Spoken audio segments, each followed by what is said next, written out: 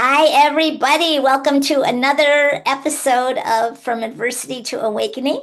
I'm your host, Peggy O'Neill, and I have a very special guest today. Another special guest. They're all special, right? Because they're my friends. And this is Michael Dolan. Hi, Michael. Hey, Peggy, great to be here. Yeah, Michael and I are friends from the Diamond Approach, and he has a very stellar presence. And I don't even really know his story, but I'm going to find out today. But I know that he has one, and I'm going to read a little bit about his work. So, Michael's a transformational leadership coach and founder of Truly Productive Leadership. Great title. For over 2 decades, he's helped leaders and teams get out of their own way, unlocking self awareness, effectiveness, and presence, while also giving them practical tools to thrive in complex, high stakes environments.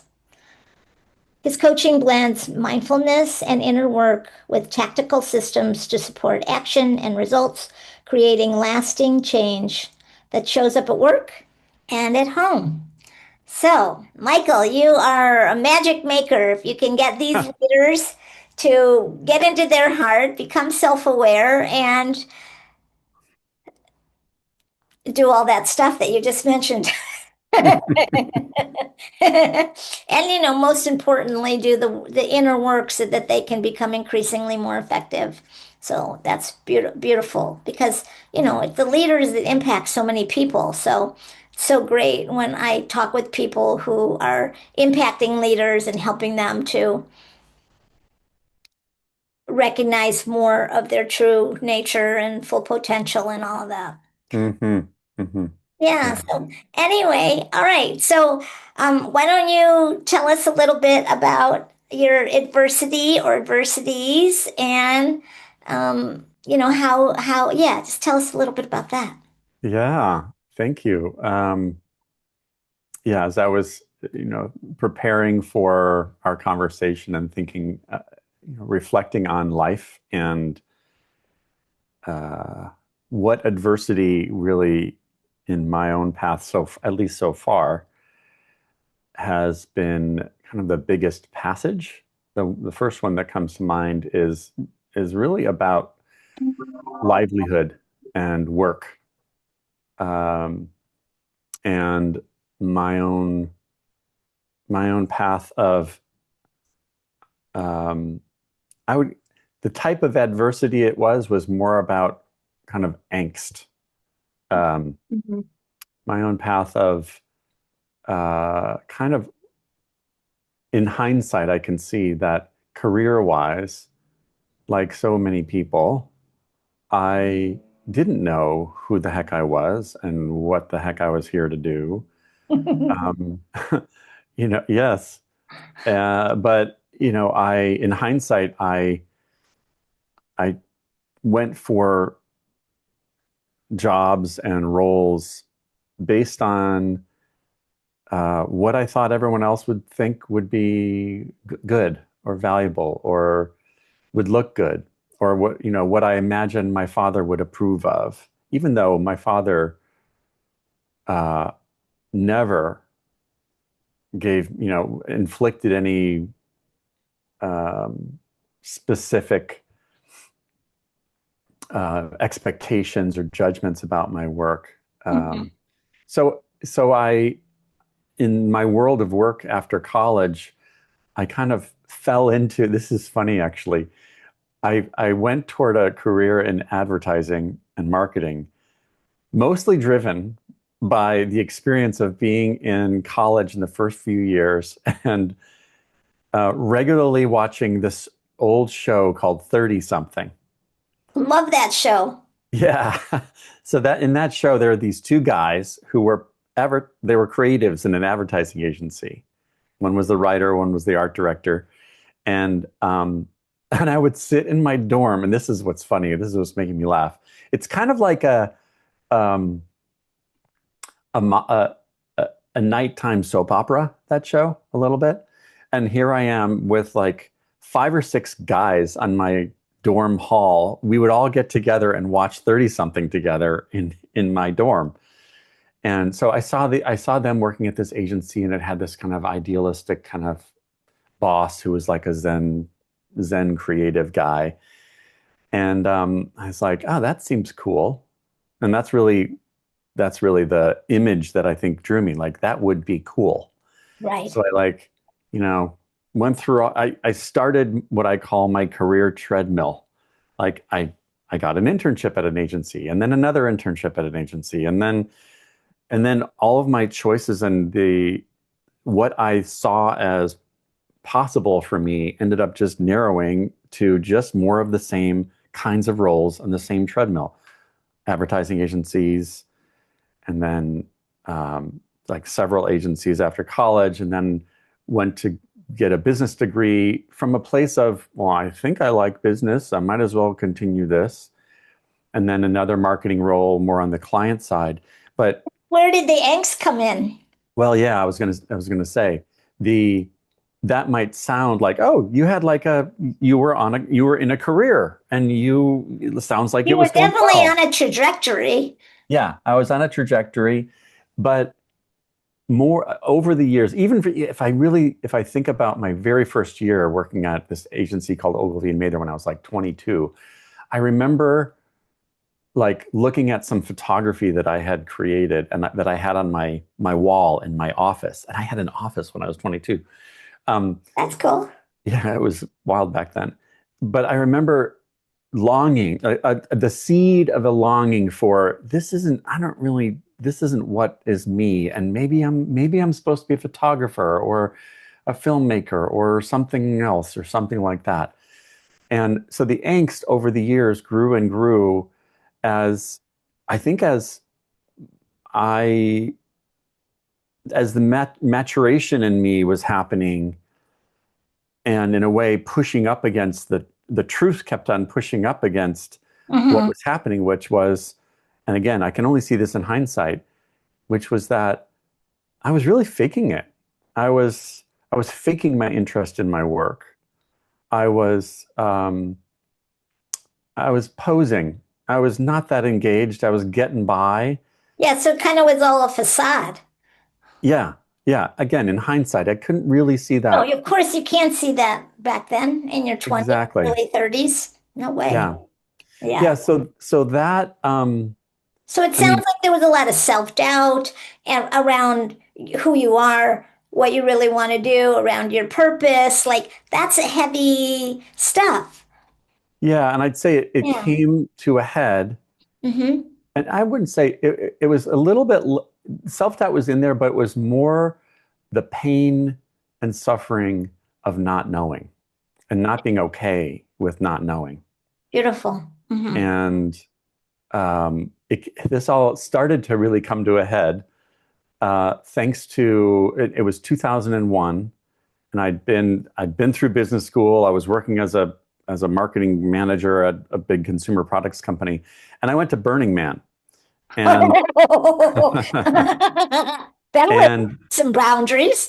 yeah, yeah, and you know, thanks to some supportive substances and the environment at Burning Man, um, that that experience at Burning Man really opened up my heart and my longing for there was a kind of declaration that I made inside and probably outside at Burning Man that I'm not on the right path and I'm going to find the right path. And but at that moment I had no real idea what that was, but I just felt the the suffering of the disconnection with meaning Yes. and Yeah. the longing Yeah.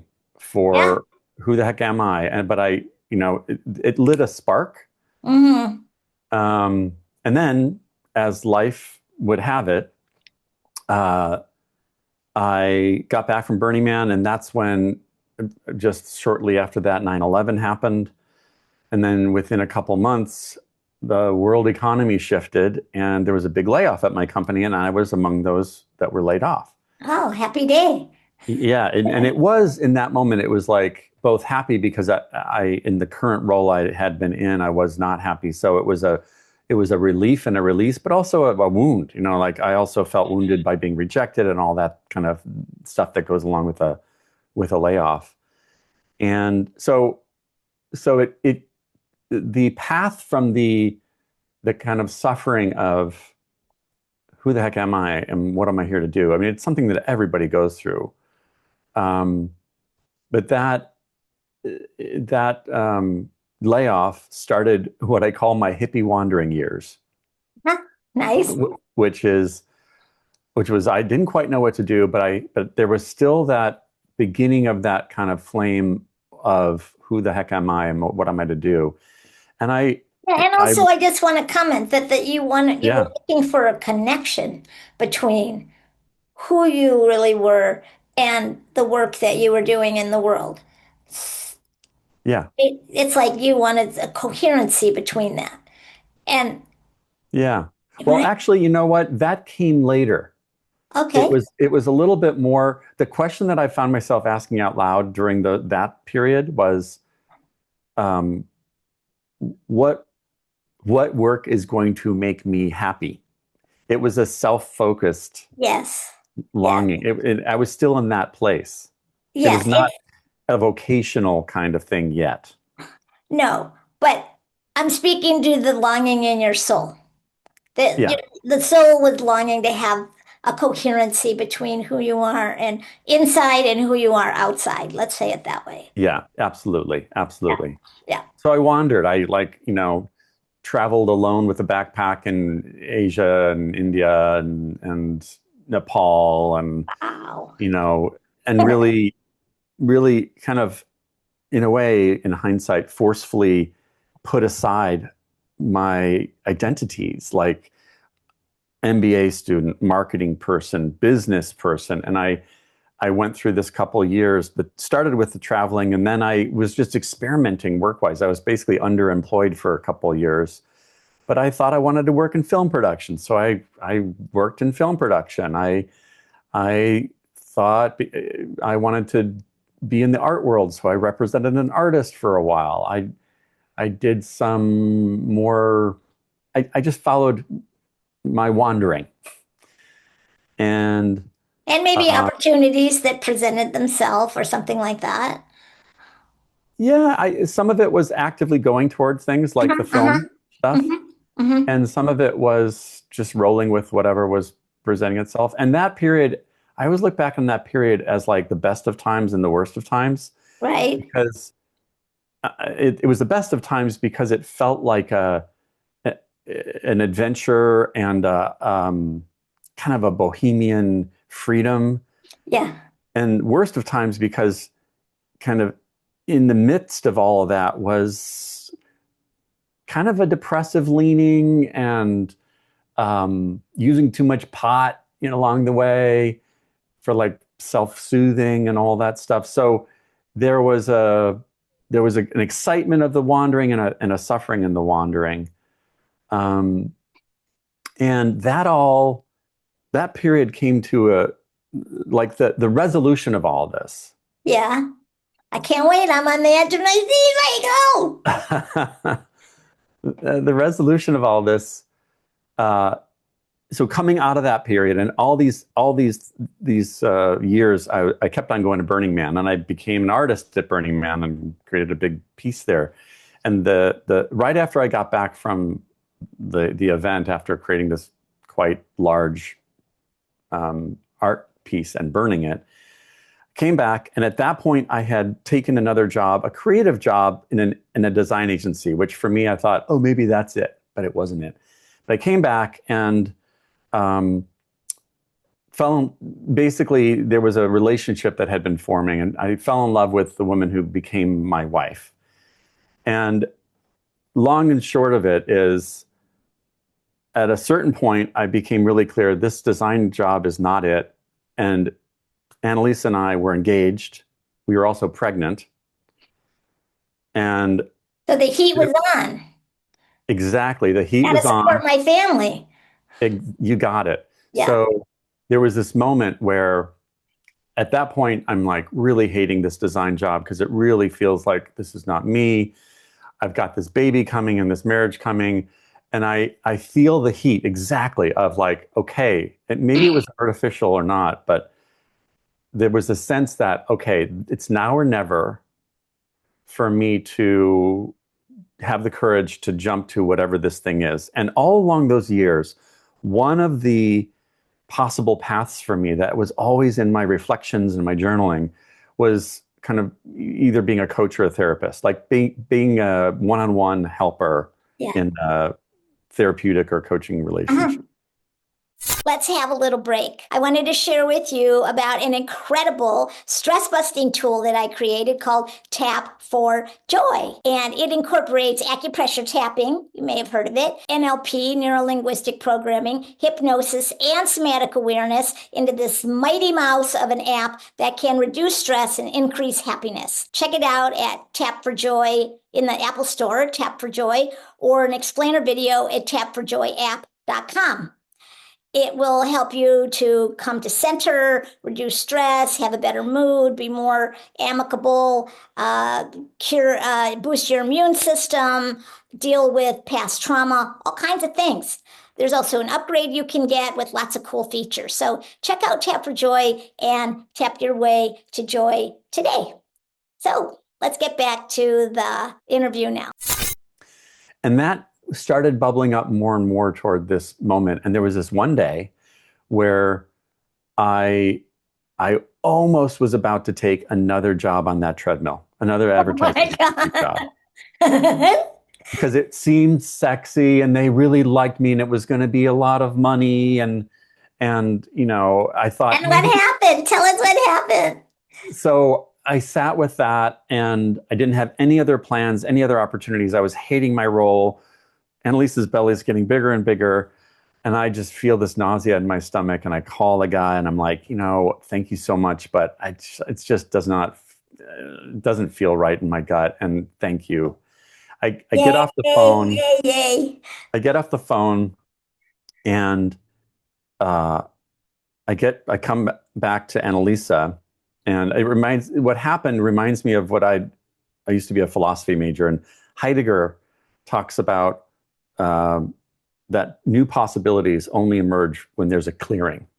That's true. Like a complete clearing, like space, like we talk about in Diamond Approach. Right. That's what I was just thinking about. You do your crying and then it makes space for compassion to arise. Yeah. Or you feel all the way through the suffering and exactly. Yeah. And so this moment where there was no other option and there was nothing else on the horizon was just like there was this nothingness. And I came to Annalisa and the clarity just came. And I just said out loud, kind of sheepishly, Annalisa, I think I'm going to be a coach. Nice. And at that point, that was 2003 or something like that, 3 or 4. Ah. Coaching was just beginning to be a thing. And I had some friends who were doing it. So we need a crib and we need to do exactly. We need to stop. That was the sheepishness. But I really think, and I have to thank Annalisa for this moment because she just looked at me, looked in my eyes and said, you already are a coach. Oh, beautiful. And I get chills when I think about that. Right.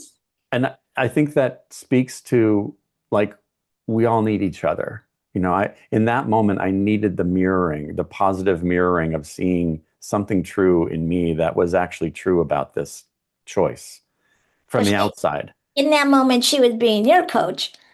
Exactly. Right. Yeah. And it's good to have friends with those skills. Yeah. So, and from there, like literally from that moment, everything started to come together serendipitously. Like the next day I went to a bookstore and got some books on coaching. I read one, loved it, called the company of the guy who wrote the book, who has a coaching school in San Francisco. They said, why don't you come this weekend? We're going to need some guest clients, and had this amazing experience as a guest client and opened everything up. Then I called this guy who I had once received coaching from. So I had been a client. Yeah.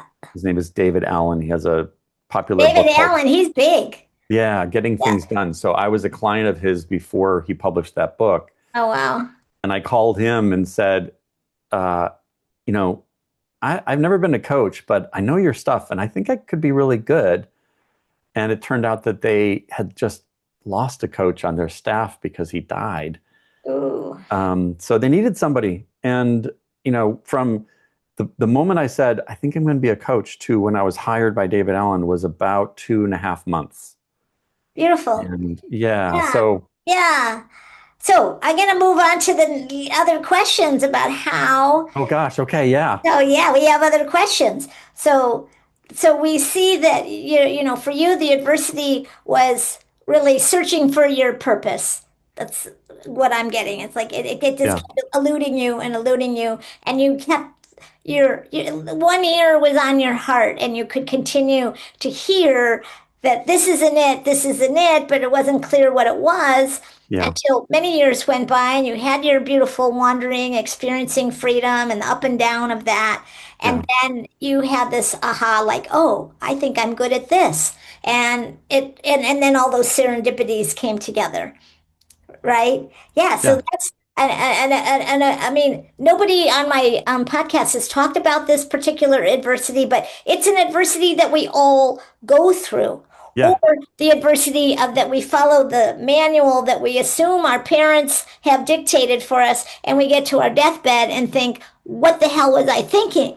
yeah, Right? Like they yeah, didn't really care if I was a banker or a therapist or whatever. totally.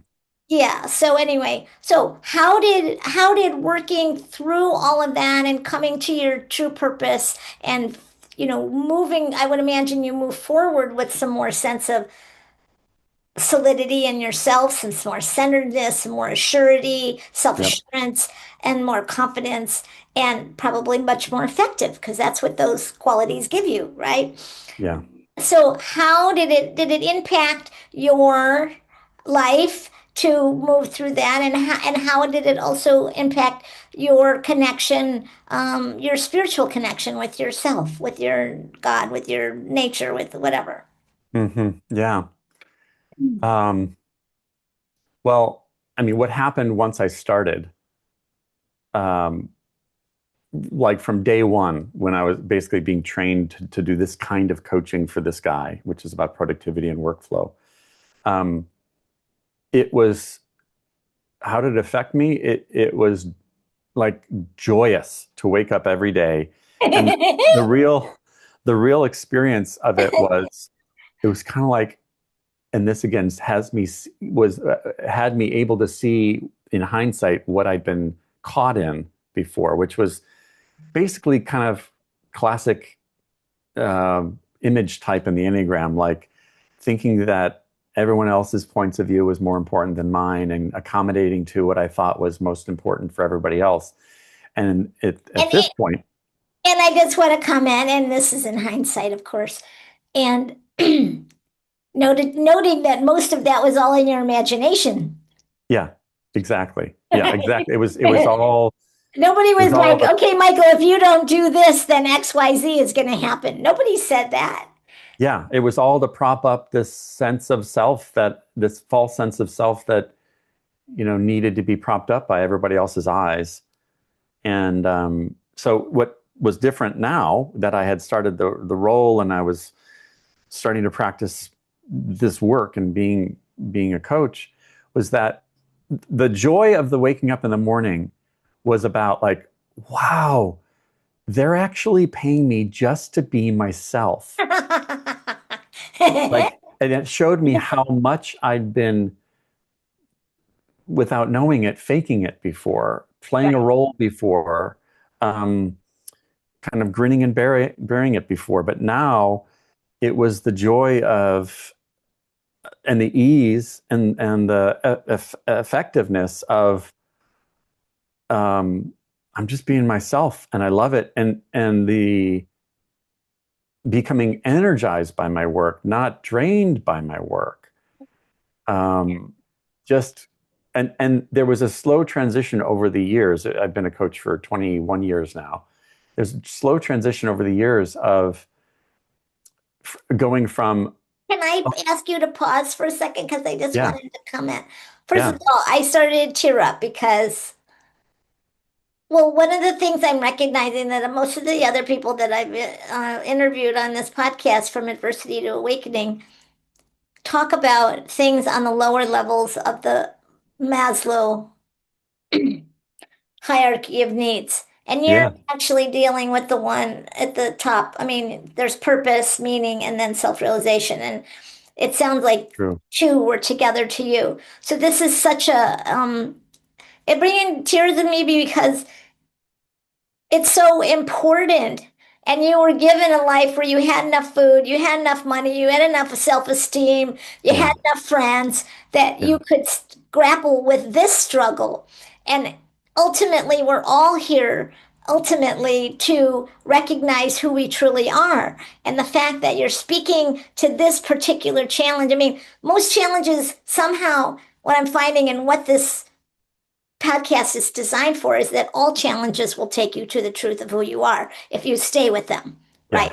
I love that you're giving a model of what it is to start at the top of the triangle to come to this place where you wake up and you feel joy. You feel exuberant with the fact that you're free to be you and that who you're being is an authentic expression. What's coming out on the outside and where you're putting your attention and what you're getting your money for is the same as what's going on inside. So, yeah, love that.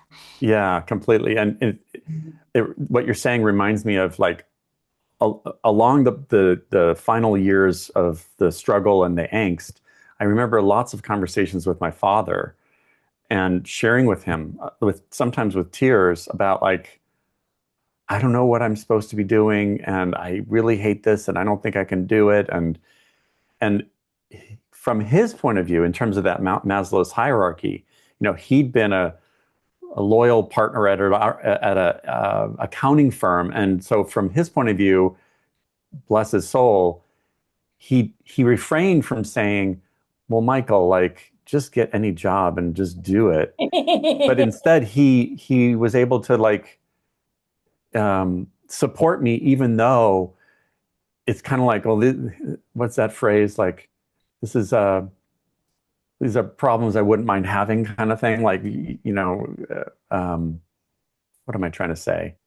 He even though for him he would have said, well, finding your purpose, that's pretty, don't worry too much about that. That's great if you get it. But he supported me in he was compassionate with me in my suffering, and he And said, most of all, he "Oh, understood. He understood that you were, I mean, my guess is you were speaking out loud what's in his heart. And so he's like, maybe, okay, yeah, here's my son, my blood, flesh, and bones. I'm going to support that he could do what I couldn't do. And how maybe, beautiful is that? I mean, yeah, that's a guess, but I mean, I think it's a pretty good guess. yeah, yeah." So Yeah. yeah, it was definitely about that, and it just felt like a whole lot of grace and a whole lot of not my doing. And you asked the question about this, how did this affect my spiritual kind I of do. I was just going experience? to ask you again. Yeah. At that point, in those first few years of doing that work, I was basically an atheist, and I didn't have a conception of myself as anything beyond a kind of like, materialistic, Free to mention, yeah. yeah. But I can say that, again, in hindsight, I can see that what it did affect was, because I was doing like being myself and discovering myself through my work, my orientation about needing to accommodate to others' needs and all that stuff started to slowly switch over time. I can see that I became much more self-authoring, much more secure in myself, knowing myself, and that was one of the Authentic, threads, probably. more authentic, and that was one of the threads that ultimately led to a few years, probably 5 years or so after I started that work of coaching, really my first major awakening experience, Tell with us. Can't wait to which hear I it. shifted from being an atheist to knowing the truth that is that I am presence and I am love, and um, so there was. I'm not saying that the switch of that the landing in my right livelihood made that happen, but it was one of the threads, Yes. along with several other threads, like becoming a parent, my father dying and facing and being with death, and some experiences around that, um, Mm-hmm, all mm-hmm, led to mm-hmm. um, Actually, there's a line from Sting, who was one of my favorite authors, and he says, "All this wandering has led me to this place." And that's what the whole story is like about for me, like the wandering and the not knowing, and ultimately the knowing Yes. and the truth. Hey, let's have a little break. And I wanted to share with you about one of my superpowers, which is helping people get through really tough stresses, difficulties, issues, and even trauma or traumas. Lots of people have worked with other people and said, I couldn't break through, but with you, I could. And not only do I help you like get to break through, but also help you to pull back the layers of stress, melt the ice of frozen energy inside of you, and give you access to the beautiful ocean of creative intelligence that's inside of you and all its qualities like strength, courage, wisdom, joy, laughter, and compassion, etc. So chatwithpeggy.us is my scheduling, and sign up for a discovery call. You can work with me one-on-one on phone, Zoom, in person over time, or come to my hometown for a weekend intensive. I look forward to working with you that way if your heart is so drawn. So, how does the knowing, and I'm taking that to be knowing who you truly are, knowing your identity is connected to divine spirit, is that a good way to say it? Yeah, the Okay. I mean, you presence, might say it love. presence, right? Yeah, Love.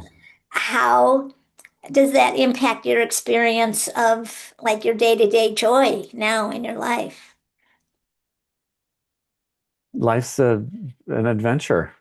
That's it reminds me of that mundane moment every day when you come across a friend and they say, "How are you?" And to truly answer that question, it's like, well, life is lifing, and and it's great. And even if it's really sucky, it's also great in a weird way. Yeah, So exactly. yeah, and that's also gone along with being a pretty committed student of the Diamond Approach and really doing the work, Yeah. starting a few years after that awakening experience. So can you comment? Share with our audience a little bit. We haven't really had anybody from the Diamond Approach, which is my spiritual, path, and I would love for you to talk for a minute about. Let's see, what would be a good question? What has been the what are there's not one. There's not one. There's many, many, many. Okay, Yeah. so I guess shifting. How do you experience the Diamond Approach impacting your already self-awareness of who you really were? hmm Yeah, I'll try to make it brief, Yeah, because because we there's a have to lot go there. soon. I'd say, in short, that awakening experience that was really a moment of grace and just being in the authentic question of, is there really something else? That opening in me also opened up the spiritual opening opened up a whole kind of hornet's nest and treasure trove of Mm, earlier psychological, psychodynamic stuff. Like in that period when I had that awakening, I went from a guy who said my childhood was easy and great to feeling and knowing the wounds and the difficulties that were really underneath. beautiful. And so the Diamond Approach really, the first half of those years of Diamond Approach were support to digest and understand and enter and explore all that early formation of defended structures and all that stuff, and Coping ultimately to dissolve it. mechanisms and all that. Yeah. Yeah. And how did it impact you and your life to have, sort of cleaned that, digested it? I don't know how you want to say it, but Yeah. I mean, uh, I know to I'm have putting you in it's a big spot because you gotta. no, it's okay. To do I mean, again, thanks to grace and guidance and not me, and also me, um, to get to a place where the core deficient structures have been mostly dissolved, Yes. and therefore the defended reaction or patterns don't activate so much. Right. Um, to get to the place where, oh, I was actually never worthless. Bing, bing, bing. Yeah, which I never would have imagined could be a possible experience of being. That's changed everything. Well, I I'm mean, still a I could human, say and that in droves because I had so much conditioning that something was wrong with me. yeah. Oh God, yeah, I can only imagine. Oh, my heart feels Thank for you. you. And Yeah, as you can see, I mean, I can talk about that now, and it doesn't really, I mean, I can say it like it was some other lifetime, really, because it right. was, because I'm in this whole other trajectory of life now. It's about, you know, the hard times come up, but like you said, I have tools, it's not so much. And my bottom line experience day through the day is ease and bliss and openness and ready Yeah, to deal with what's here. yeah. Yeah, exactly. And sometimes I'll have a fight with Meredith, my now second wife, and She's I'll be so in beautiful I'll be and in the shitter. so amazing, and I love her. Yeah, yeah. She's an amazing bright light in my life. Yeah. So, what were you going to say? I totally interrupted you. No, I think I completed my thought about, the effect of work of the work of the diamond approach. It's kind of like half of it was dissolving a lot of the structures and self-images that were getting in the way, and the last few years have been much more about really discovering what is the truth of who and what I am beyond those things, which is much more about presence and love and um, Would you mystery. would you say that it's um, had an impact on your joy meter, like how much joy you experience? Uh, sure. Yeah. I mean, joy for me is one of these ingredients that has always often come in when I'm like when the parts of me that really are the ones who need to figure it out and think it through and find the answer through the angst or whatever. The efforting, yeah. When all that efforting is happening and when I actually see it, often joy will just come in like a freight train and be like, I don't have to freaking figure it out. I That's I'm not, beautiful. that's okay, and then all of a sudden the truth comes through. Beautiful. I love that. Yeah. Well, I think that's a good place to end, and I Yeah. appreciate you sharing with us this incredible, stellar story. I do have one other. Do you have a minute for one more question? Not Yeah, really. I do.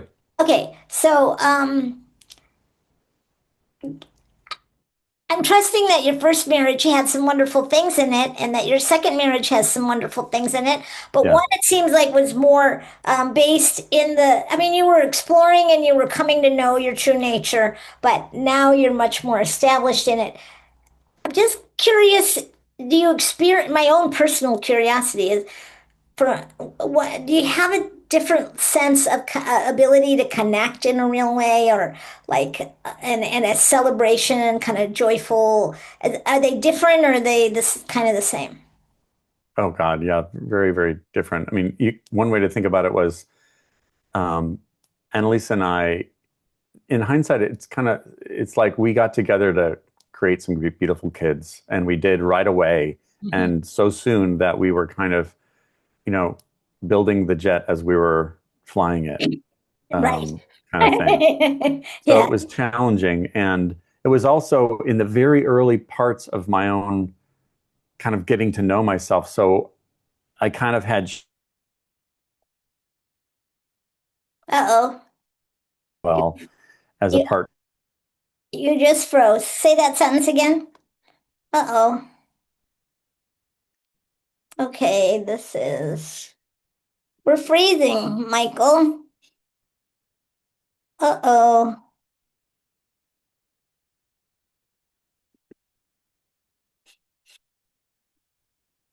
Let me turn my camera off. Hi. Hi, I don't know what happened. I don't know what happened either, but I just signed off and said thank you for the interview just in case I was being recorded.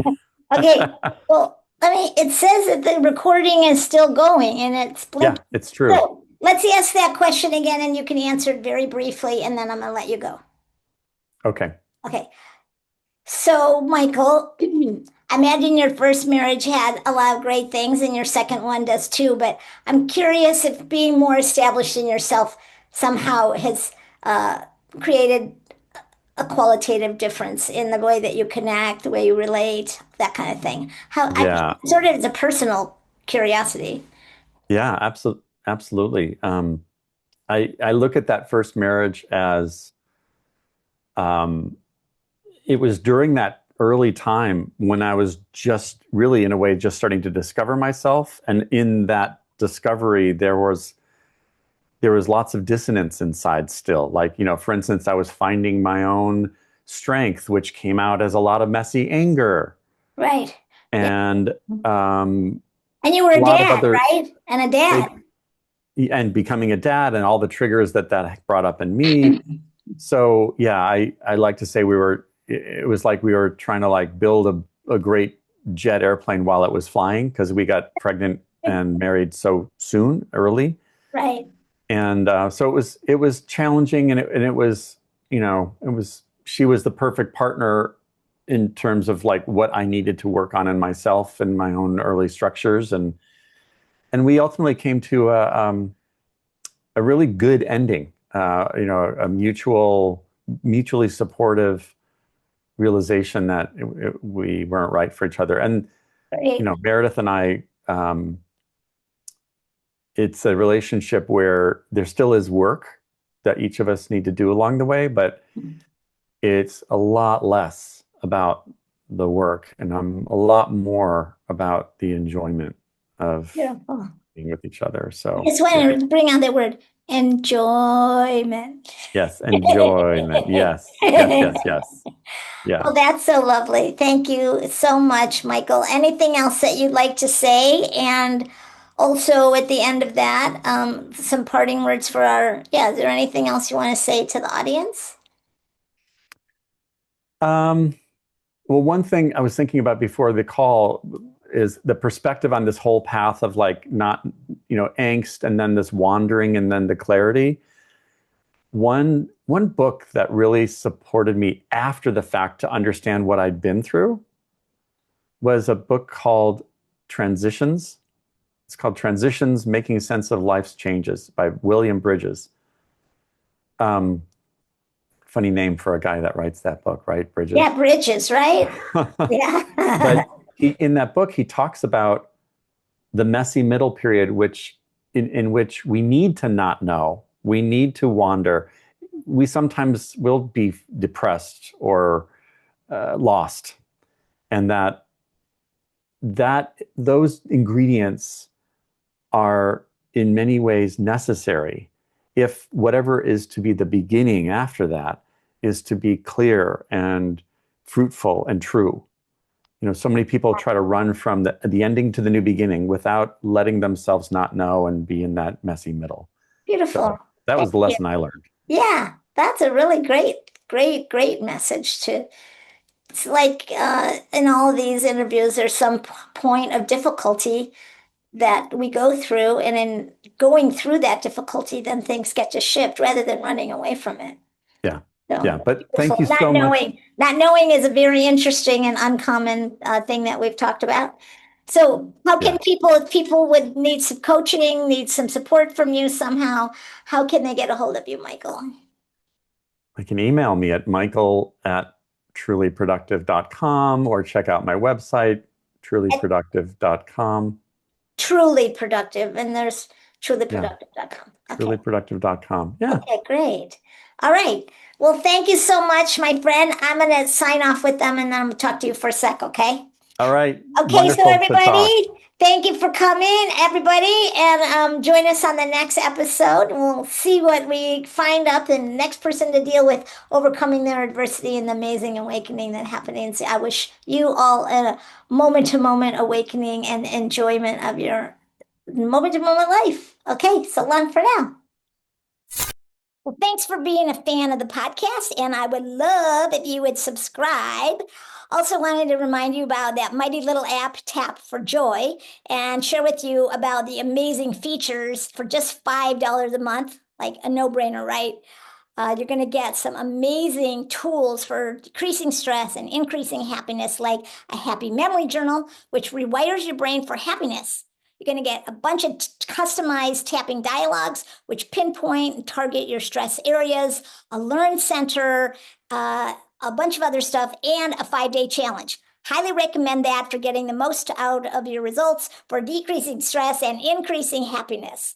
So check out Tap for Joy. Download it now in the Apple Store. Try it out. You'll be surprised and amazed at how amazing it is, how remarkable it is, and how transforming it is. And I will see you on the next episode. So long for now.